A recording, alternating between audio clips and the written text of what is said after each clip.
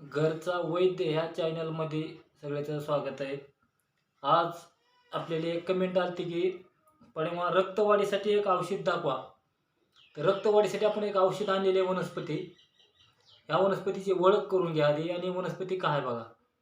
काय करायचं बघा, ही असे हे जे फुलं आहेत हवा आणि असं उंच झाड होतं असं एवढं, आणि ह्याचं उंच झाड होऊन असं तुम्हाला दाखवतो. असं झाड होतं, याला दुधानी म्हणतात. दुधानीचे 4 प्रकार आहेत. ही अशी उंच जाणारी दुधानी आहे, उन्हाळीसारखी अशी उंच जाते आणि ह्याला असे बोंड असतात. तर ही दुधानी बघा, पानं एक अशा प्रकारचे जर आता आपण आणले ते सुकायला लागलेले, उपटून आणलेले. तर ही रक्तवाढीसाठी आपली तुम्हाला घ्यायची कशी आणि वापर करायचा कसा मावले हे सांगतो.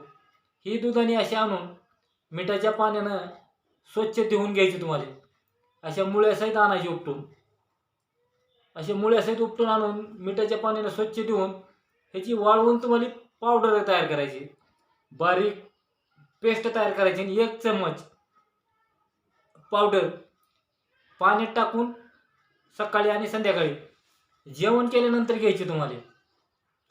तर ह्याच्यामध्ये काय होईल, तुमच्या 7 दिवसामध्ये शरीरात रक्त वाढून जाईल आणि पोट साफ होईल. आणि मूळव्याधाचे जर काही आजार असतील तर त्याच्यामध्ये तुम्हाला ताकामध्ये घ्यायची.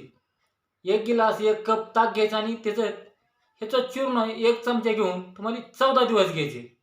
असं तुम्हाला एक 2 ते 3 महिने घ्यायचे. असं का 2-3 महिने जर घेताय तर मूळव्याधाची तक्रार ह्याच्यापासून निघून जाणार आहे. एवढी ही रामबाण औषध दुधानी म्हणते तिला.